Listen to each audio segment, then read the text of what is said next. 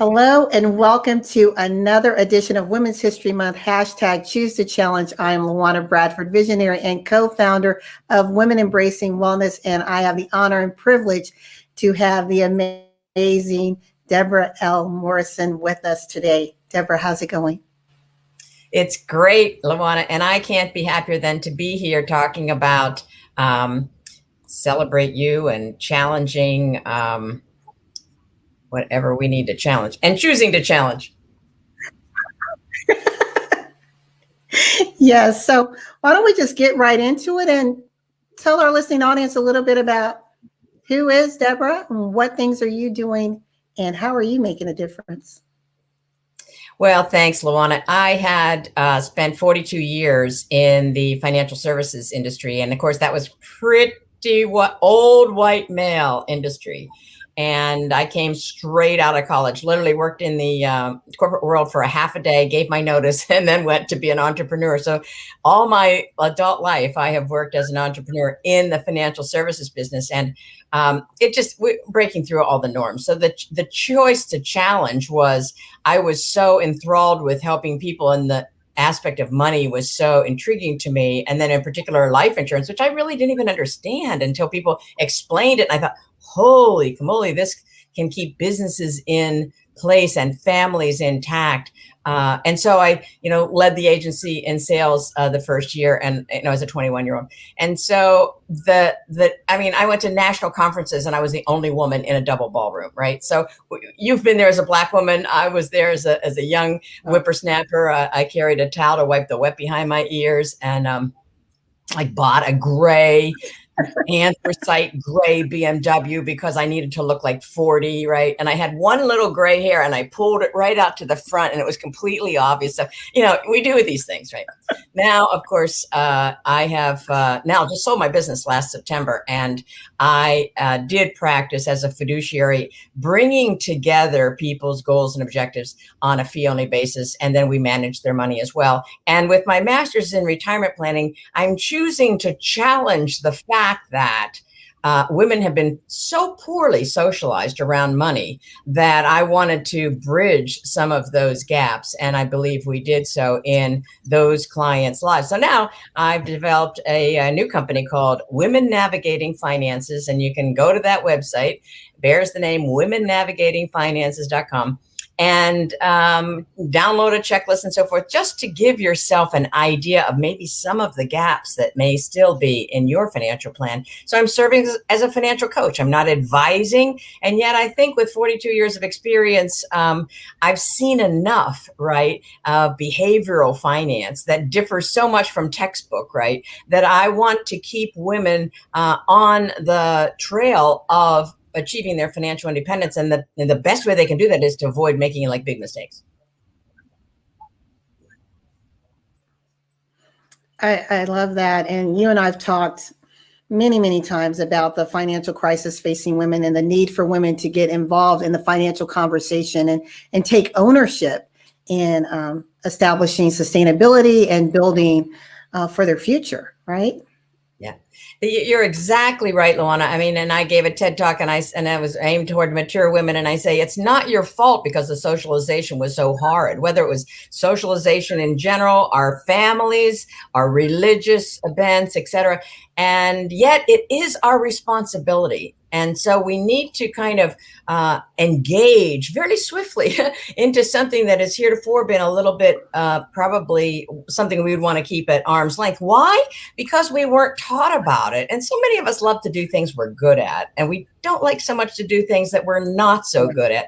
So that's why I think my role now as a coach is going to be really exciting and hopefully very beneficial to the women that coach with me. And I also have a little Facebook group called Women Navigating Finances, completely free. So pop in and we exchange ideas around that. So let's talk about the challenge, shall we? And the choice to challenge, because I am challenged gender equality pay, right?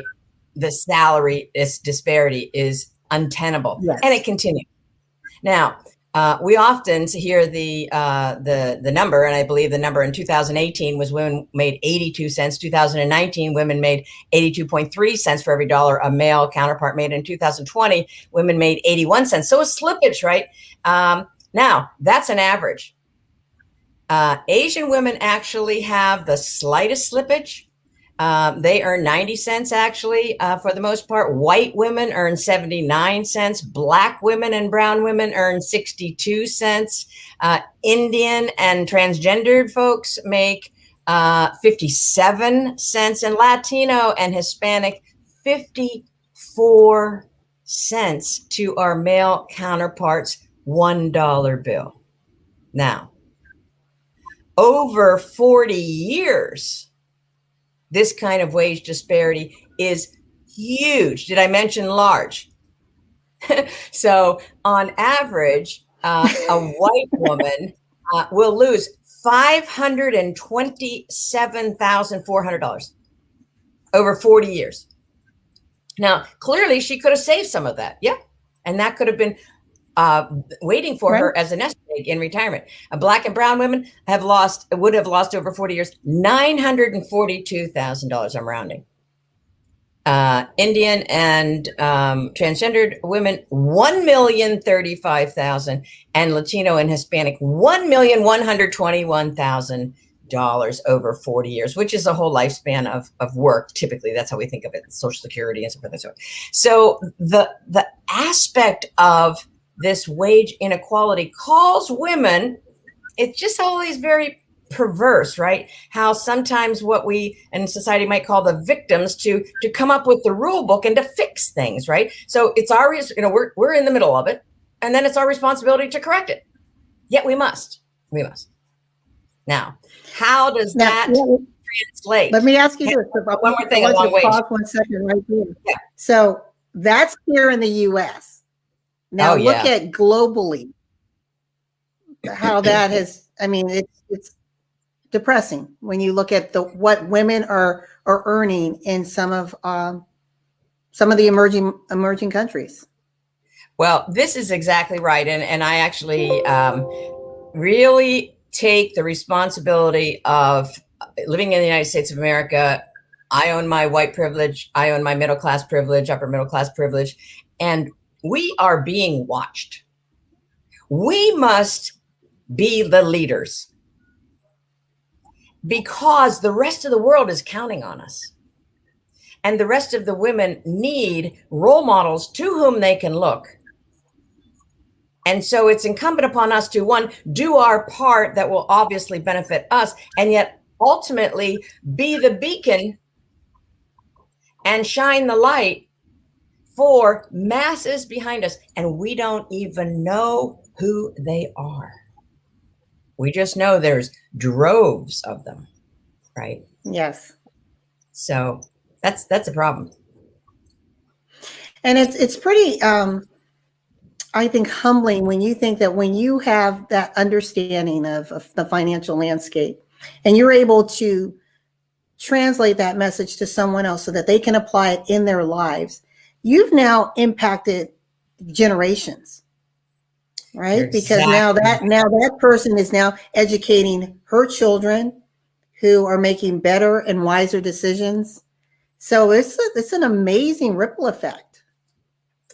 It certainly is, Luana. And I want to say one more thing about wage inequality. It doesn't seem fair. It doesn't seem fair, yet women deserve raises. Hello. Yet 99% of the cases, now this is not statistical, this is Debra. 99% of the cases, women have to ask. There's studies, and women timidly, and they think, I'd like to have a raise, and he got a raise, and I'm doing twice so much work. And so this woman finally mustered up the courage after like 3 years, went to her boss and said, I'd like a 3% raise. Now she'd already waited 3 years. And he says, okay, like that. It's like strawberry ice cream. Okay. And like almost to dismiss her, get out of the office. And she said, what? So you're just saying, okay. And why didn't you reach out to me and give me a raise? And he said, I never thought about it. What? So men are going into that corner office with an appointment, and they are laying out what they need for a raise and what they want for a raise, and they're getting a pat in the back, and they're leaving with their raise. And we are sitting back, and we can no longer sit back. It's, again, to your point, not just for us. Because if we sit there in a position of more power than maybe several other women in that very company or organization or network of entrepreneurs, we stifle them. So I'll turn that back on us, right? It's good for us to be leaders and to be beacons of hope. And then it's also not so good if we, commit the sin of omission. Because I was raised Christian fundamentalist. Commission sins, omission sins. We really need to cover the waterfront. So we got to ask. Now, it's really amazing to me that we are dealing with systems, Luana, that are permeating our very lives and almost every single fiber of our lives. Now, I know we're going to get into women's celebrating the 100th anniversary of the suffragette movement and the women's right to vote, and let's just and I definitely wanted to dig into that, because that what you just said as far as women silencing themselves. I mean, the men didn't say you can't ask for a raise. We just, for whatever reason, there's this fear or preconceived notion that we can't, or maybe we don't even know how. We don't have the, I liked one person was saying the audacity, meaning that bold, tenacious stance to say, I'm going to demand what I want, and I'll let you tell me no, but I'm not going to get a no simply because I chose not to ask. So let's talk about the voting and how it's an extension of our voice and why it's so important for us to engage in the vote. Again, this isn't so much a political conversation, but we know the voting shapes our lives, where our children go to school, the types of services that are in and around our communities. So I'll toss it over to you. Thanks. It surely does. And just to close one little loop on the finance issue, I was in the Strategic Coach Master Program, and there were very bright people there. I was like the least of them. And the owner of the company, the originator of it, Dan Sullivan, said, if 30% of your clients, now I'm talking to entrepreneurs, if 30% of your clients aren't pushing back on your prices, you're not charging enough. Right. So we've just talked about W-2 people going in and asking for the raise from their boss. Yet now let's shine a light on entrepreneurs. Why are we struggling instead of thriving? And so we want to go ahead and raise our prices commensurate with what the market is already commanding, and get over ourselves if one person says that much.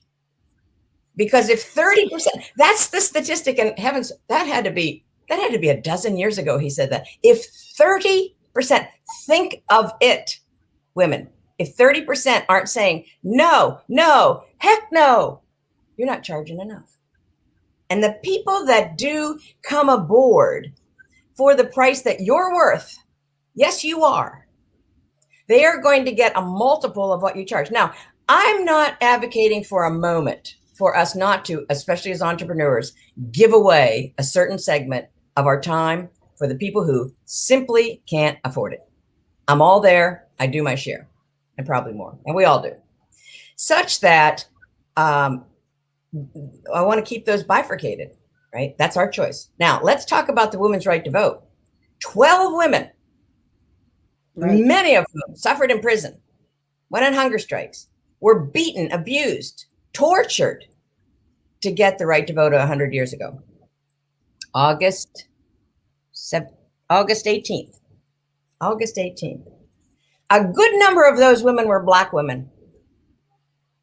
And for them to stand out and say something when they were otherwise silenced because of their race, first of all, is quite remarkable.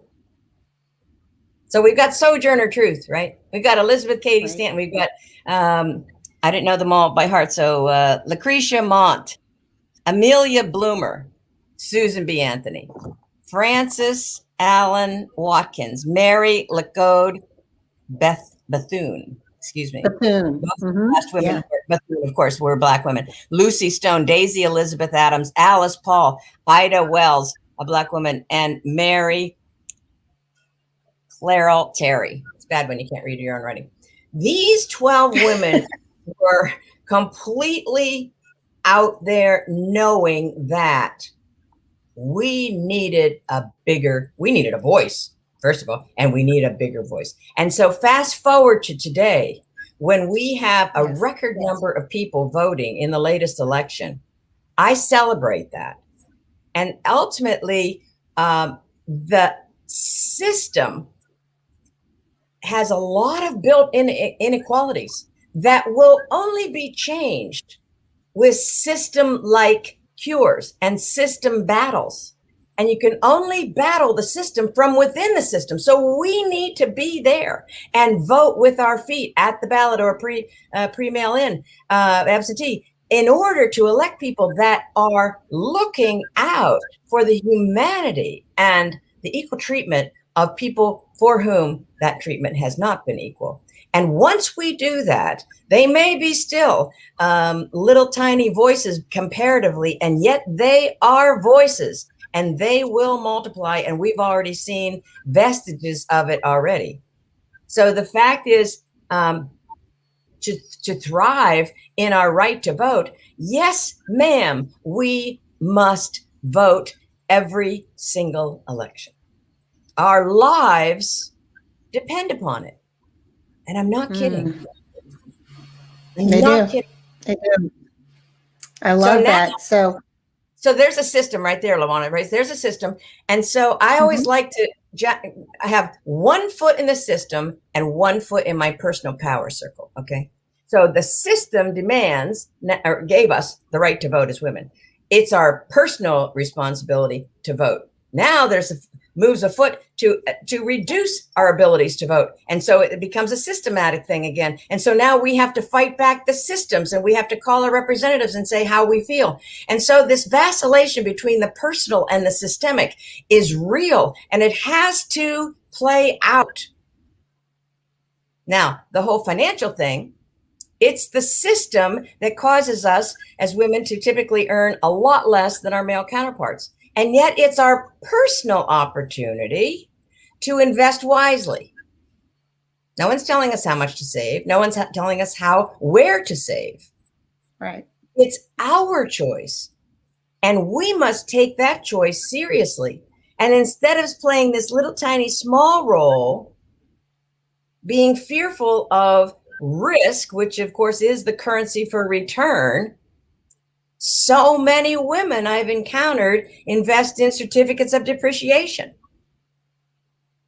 And that's not going to grow along with the pace of inflation. And then you throw in taxes sideways, and pretty soon we're sinking instead of swimming.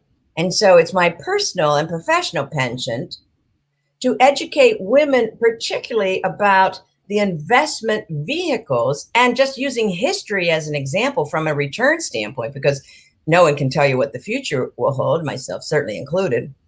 But stocks have typically returned a good twice as much as bonds. Now, I don't know if you heard the saying when you were growing up, don't send a boy to do a man's job. Yeah. But I heard it. Yeah, I was raised on a farm. And so my dad would, get this little, I read this little wrench, and he'd say, don't send a boy to do a man's job. Don't send a girl to do a woman's job on our retirement savings in particular. Do not send a bond to do a stocks job. It's as much of a misfire as any other, jamming a square peg into a round hole. You can bruise your forehead doing it, and I don't know if you can feel, maybe you do feel comfortable. Maybe women do, I guess they feel at some level comfortable that this is something they know and it's guaranteed. And I'll guarantee you one other thing. Between now and when we die, unless it's this afternoon, inflation is going to cost us more money in the future. And unless the money we're pushing ahead performs in a fashion that exceeds inflation and exceeds taxes, we're going to be out there in our quote unquote golden years not being able to afford to live. Now, what was this? Let's pause right there because we're almost out of time, and I want our audience. You'll definitely let them know how they can contact you again. This is a lot of information. I know we're packing it in tight, but we want you to just be aware that we have individuals that are here to help guide, educate, provide you with solutions, tips, strategies in order to improve the life of yourself and your family. I mean, this is about you and yours. Simply put, you and yours. Once you make that change, then you can start impacting the world. So talking about impact, Debra, tell us about the woman who shaped your life, who made a difference in your life. Well, I am so delighted to talk about my paternal grandmother, Grandma Morrison. She was forever my cheerleader, and I loved her to pieces.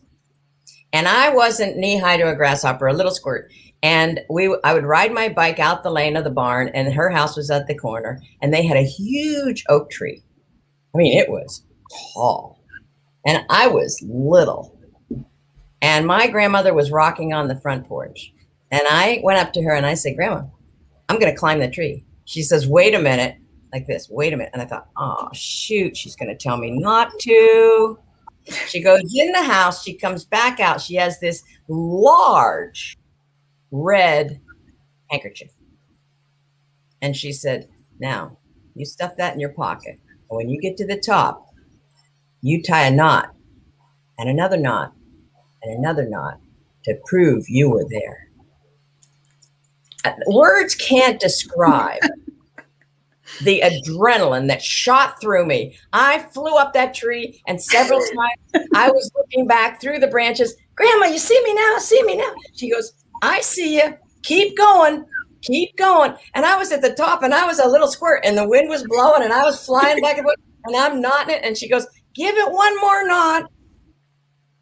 And I did. And that handkerchief lasted, I think, almost 10 years. And I was so enthralled to have my grandmother, who was socialized far more punitively than I, saying to me, you can do it. And so I feel so strongly about We Can Do It Women. I trademarked it. It's my trademark. We can do it, women. We are doing it, women, and we can do even more. I love that.